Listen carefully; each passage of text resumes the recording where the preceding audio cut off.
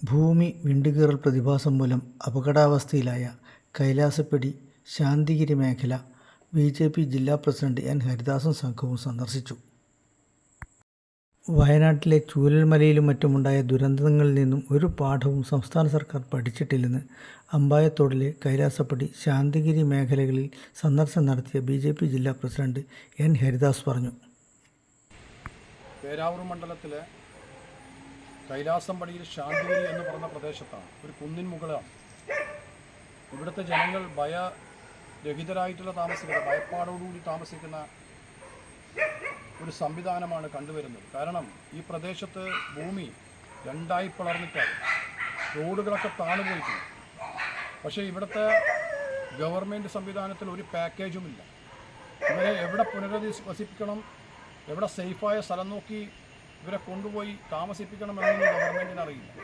ഓരോ വർഷവും കഴിയുമ്പോഴും ഈ ഭൂമി പിളർന്ന് മലമുകളിൽ നിന്നുള്ള വെള്ളവും മണ്ണും ഇങ്ങോട്ട് താഴോട്ട് വരികയാണ്. പല വീടുകളും ഒരു ഭാഗം ഉൾവലിഞ്ഞ് വീട്ടിൻ്റെ തറ മാത്രം കാണുന്ന അവസ്ഥയിലാണ്. പക്ഷെ എന്നിട്ടും യാതൊരു നടപടിയും ഗവൺമെൻറ്റിൻ്റെ ഭാഗത്തില്ല. കാരണം വയനാട്ടിലെ ചൂരൽമലയിൽ നിന്നും ഉള്ള അനുഭവങ്ങളൊന്നും ഗവൺമെൻറ് പഠിച്ചിട്ടില്ല എന്നാണ് എനിക്ക് തോന്നുന്നത്. ഗവൺമെൻറ് ഉദ്യോഗസ്ഥന്മാർ അവർ വന്ന് നോക്കുകയും താൽക്കാലിക സംവിധാനം അവരോട് പറയുന്ന നിങ്ങൾ മാറിപ്പോയിക്കോളാനാണ്. ഗവൺമെൻറ് എവിടെയാണ് ഇവർക്ക് ഒരു പുനരധിവാസ പാക്കേജ് തയ്യാറാക്കുകയോ സേഫായ സ്ഥലം കാണിച്ചു കൊടുക്കുകയൊന്നും ചെയ്യുന്നില്ല. ഇപ്പോൾ മലമുകളിൽ നിന്ന് വരുന്ന മലയുടെ താഴ്വരയിലേക്ക് താഴത്ത് അതേ ഭാഗത്താണ് താമസ സൗകര്യം ഒരുക്കുന്നത്. പലരും ഭൂമി വാങ്ങിയിട്ടുള്ളത് അവിടെയാണ്. ചില ആളുകളെയൊക്കെ കഴിഞ്ഞ വർഷം 10 ലക്ഷം രൂപ 3 പേർക്കും, ഈ വർഷം 7 ലക്ഷം രൂപ 10 ലക്ഷം രൂപ വെച്ച് 7 പേർക്കും കൊടുത്തു. ബാക്കി നിരവധി വീടുകളിൽ ഒരു പൈസയും കൊടുത്തിട്ടില്ല. കാരണം ഞാനിപ്പോൾ നിൽക്കുന്ന ത്രേസ്യാമ്മ അമ്മയുടെ വീട്ടിലാണ്. ആ വീട്ടിൽ അമ്മയും മകനും മകൻ്റെ ഭാര്യയും അടങ്ങുന്ന കുടുംബവും കുറേ കന്നുകാലികളും ഇവിടെയുണ്ട്. ഇവരെങ്ങോട്ട് പോകണമെന്ന് ഇവർക്കറിയില്ല. എന്നാൽ ഗവൺമെൻറ് പറയണം, ഞങ്ങൾ വാടക വീടെടുത്ത് വരാം, നിങ്ങൾ അങ്ങോട്ട് മാറണം, ഒരു സുരക്ഷിത മേഖല കണ്ടെത്തി കൊടുക്കണം. പക്ഷെ അതൊന്നുമില്ല, നിങ്ങൾ മാറിക്കൊള്ളണം എന്ന് പറയുമ്പോൾ ഈ 10 ലക്ഷം രൂപ കിട്ടിയവർ തന്നെ അവിടെ 6 ലക്ഷം 7 ലക്ഷം രൂപയ്ക്കുടെ ഭൂമി വാങ്ങുന്നത് ഈ താഴ്വരയിലാണ്. മുകളിലത്തെ മണ്ടയിൽ നിന്ന് മണ്ടയ്ക്ക് നിന്ന് ഇടിഞ്ഞ് വീണ് കഴിഞ്ഞാൽ നേരെ വരുന്നത് ഈ താഴത്താണ്. ഈ താഴത്ത് അതേ പ്രദേശത്ത് തന്നെയാണ് ഭൂമി വാങ്ങുന്നത്. അവിടെ ചെറിയ പൈസക്ക് ഭൂമി കിട്ടുള്ളൂ, കാരണം മറ്റുള്ളവർ വിറ്റൊഴിയാണ്. അപ്പോൾ സ്വാഭാവികമായിട്ടും അവിടെയല്ല പാക്കേജ് തയ്യാറാക്കേണ്ടത്. ഗവൺമെൻറ്റിന് ഇവരെ ഒരു ആൾനാശവുമില്ലാതെ സംരക്ഷിക്കണമെന്ന മനോഭാവമാണെങ്കിൽ വയനാട്ടിലെ അനുഭവം വെച്ചിട്ട് പറയുന്നത്, നിങ്ങൾ എവിടെയെങ്കിലും സുരക്ഷിതമായ ഒരു കേന്ദ്രം ഇവർക്ക് വേണ്ടിയിട്ട് ഈ മലമുകളിലല്ലാത്ത തൊട്ടടുത്ത് പ്രദേശം അവിടെയെങ്കിലും ഒരു ഭൂമി വാങ്ങിച്ചു കൊടുത്ത് അവിടെ ഇവരെ പുനരധിവസിപ്പിക്കേണ്ട കാര്യങ്ങൾ ചെയ്യണം. അല്ലാത്ത പക്ഷം വലിയൊരു അപകടം, വയനാട്ടിലെ അനുഭവത്തിന് സമാനമായ രീതിയിലുള്ള ഒരു അപകടം ഈ മലമുകളിൽ താമസിക്കുന്ന ആളുകൾക്ക് ഉണ്ടാവുമെന്ന കാര്യത്തിൽ യാതൊരു സംശയവുമില്ല. ഇവിടെ ഇപ്പോൾ കഴിഞ്ഞ ദിവസം ഒരു ക്യാമ്പ് തുടങ്ങി. ഇതിൻ്റെ തൊട്ടതാഴത്തുള്ള സ്കൂളിലാണ് ക്യാമ്പ് തുടങ്ങിയിട്ടുള്ളത്. ആ സ്കൂൾ എന്ന് പറയുന്നത് വിദ്യാലയം ഇതിന് നേരെ താഴത്ത് തന്നെയാണ്. അവിടെ കുറേ ആളുകൾ ഈ പ്രശ്നം ഉന്നയിച്ചപ്പോഴാണ് ഇന്നലെ രാത്രിയിൽ ആ സ്കൂള് ആ ക്യാമ്പ് പിരിച്ചുവിട്ടത്. അവരോട് പറഞ്ഞു, നിങ്ങൾ എങ്ങോട്ടൊന്നും പോയിക്കോളാൻ. എവിടെയാണ് ഇവർ പോകേണ്ടത്? ഇപ്പോൾ ത്രേസ്യാമ്മച്ചേട്ടത്തി പറയുന്നത്, എനിക്കൊരാൾ അവിടെ ഒരു സൗകര്യം തന്നു, അവിടെ എൻ്റെ കഷ്ടപ്പാട് കണ്ടിട്ടാണ് ആ സൗകര്യം തന്നിട്ടുള്ളത്, അല്ലാതെ ഗവൺമെൻറ്റോ ഉദ്യോഗസ്ഥന്മാരോ സംവിധാനത്തിലോ സൗകര്യമല്ല. എന്ത് വാടക പോലും നിശ്ചയിച്ചിട്ടില്ല. ആര് വാടക കൊടുക്കും?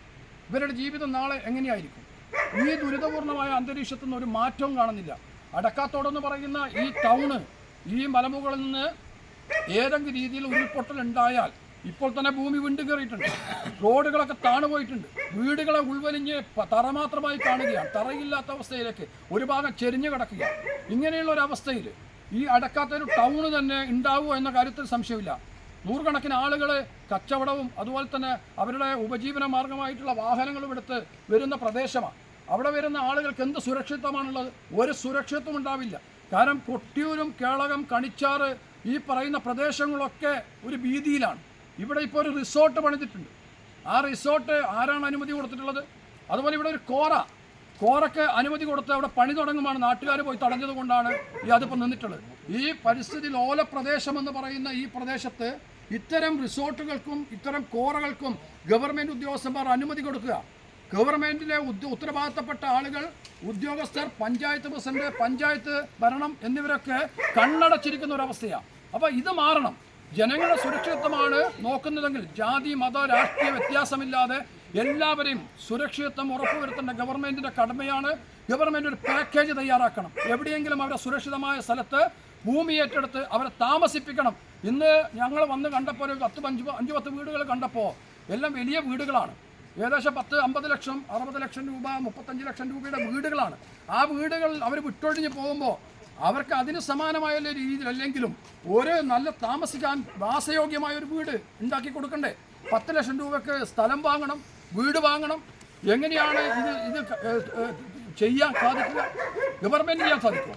10 ലക്ഷം രൂപയ്ക്ക് ഭൂമിയും സ്ഥലവും വീടും എടുത്തു കൊടുക്കാൻ സാധിക്കുമോ? സാധിക്കില്ല. പിന്നെയാണോ ഇവർക്ക് സാധിക്കുന്നത്? അപ്പം ഇവരെ കണ്ണിൽ പൊടിയിട്ട് ഇവരെ ഓടിക്കുന്ന ഒരു സമീപനമാണ് ഗവൺമെൻറ് എടുക്കുന്നത്. ഇതിപ്പം വയനാട്ടിലാണ് ഇവിടുത്തെ ദൃശ്യമാധ്യമങ്ങളൊക്കെ, അതുകൊണ്ട് ആരും അറിയുന്നില്ല. പത്രദൃശ്യമാധ്യമങ്ങളൊക്കെ വയനാട് കേന്ദ്രീകരിച്ചുകൊണ്ട് ഈ വയനാടിന് സമാനമായ അനുഭവം വരാൻ പോകുന്ന ഒരു പ്രദേശമാണ് ഈ പ്രദേശം. അതുകൊണ്ട് ഉത്തരവാദിത്തപ്പെട്ട ആളുകളുടെ കണ്ണ് തുറക്കണം. ഞങ്ങൾ കളക്ടറെ കാണും, ഉത്തരവാദിത്തപ്പെട്ട ആളുകളെ കാണും.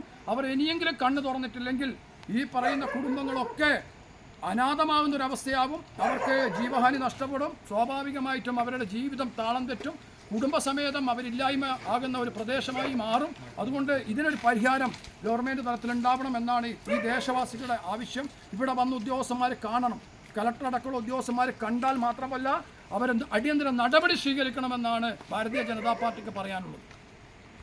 ഈ പ്രദേശത്ത് താമസിച്ചു വരുന്ന എല്ലാവരെയും ഇവിടെ നിന്ന് മാറ്റി ഇവർക്ക് സുരക്ഷിതമായ ഇടം ഒരുക്കണമെന്നും 30 ലക്ഷം രൂപയെങ്കിലും ധനസഹായമായി ഇവർക്ക് നൽകണമെന്നും ഹരിദാസ് ആവശ്യപ്പെട്ടു.